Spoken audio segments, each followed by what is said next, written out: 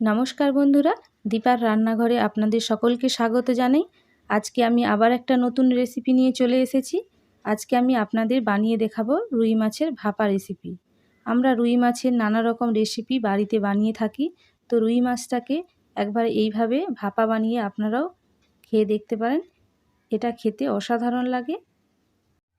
এটা বানাতে আমি 600 গ্রাম সাইজের একটা রুই মাছ নিয়ে নিয়েছি।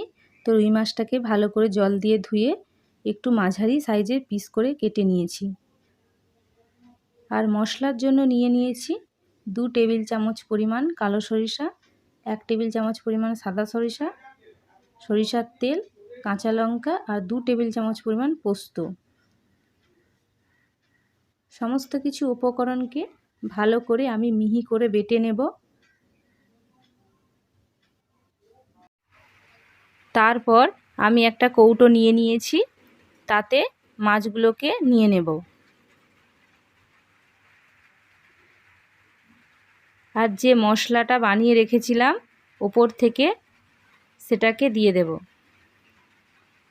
আর এর সঙ্গে কিছু গুঁড়ো মশলা দিয়ে দেব। 1 টেবিল চামচ পরিমাণ হলুদ গুঁড়ো, 1 টেবিল চামচ পরিমাণ লঙ্কার গুঁড়ো, স্বাদ মতো লবণ, 1 টেবিল চামচ পরিমাণ জিরে ও ধনে গুঁড়ো, 2 টেবিল চামচ পরিমাণ সরিষার তেল আর সামান্য জল। সমস্ত কিছু উপকরণকে আমি ভালো করে হাত দিয়ে মাখিয়ে নেব। এরপর আমি ওপর থেকে একটা ঢাকনা দিয়ে আটকে দেব। গ্যাস অন করে একটা কড়াইতে কিছুটা পরিমাণ জল নিয়ে নিয়েছি। এর মধ্যে বসিয়ে দেব একটা স্ট্যান্ড। তারপর ওপর থেকে এই কৌটোটাকে বসিয়ে নেব।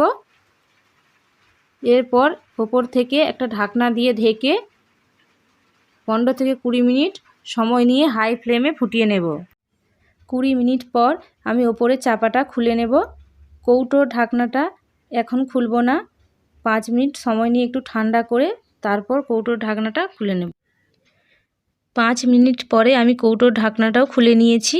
তো বন্ধুরা, দেখতেই পাচ্ছেন রান্নাটা আমার কমপ্লিট হয়ে গেছে। এটার থেকে একটা সুন্দর গন্ধ বের হচ্ছে আর এটার কালারটা অনেকটা চেঞ্জ হয়ে গেছে। আমি এবার এটাকে একটা পাত্রের মধ্যে তুলে নেব। তো ভিডিওটা কেমন লাগলো অবশ্যই কমেন্ট করে জানাবেন। আর আমার চ্যানেলে এরকম নতুন নতুন রেসিপির ভিডিও পেতে চ্যানেলটিকে সাবস্ক্রাইব করে রাখার অনুরোধ রইল। সবাই ভালো থাকবেন, সুস্থ থাকবেন।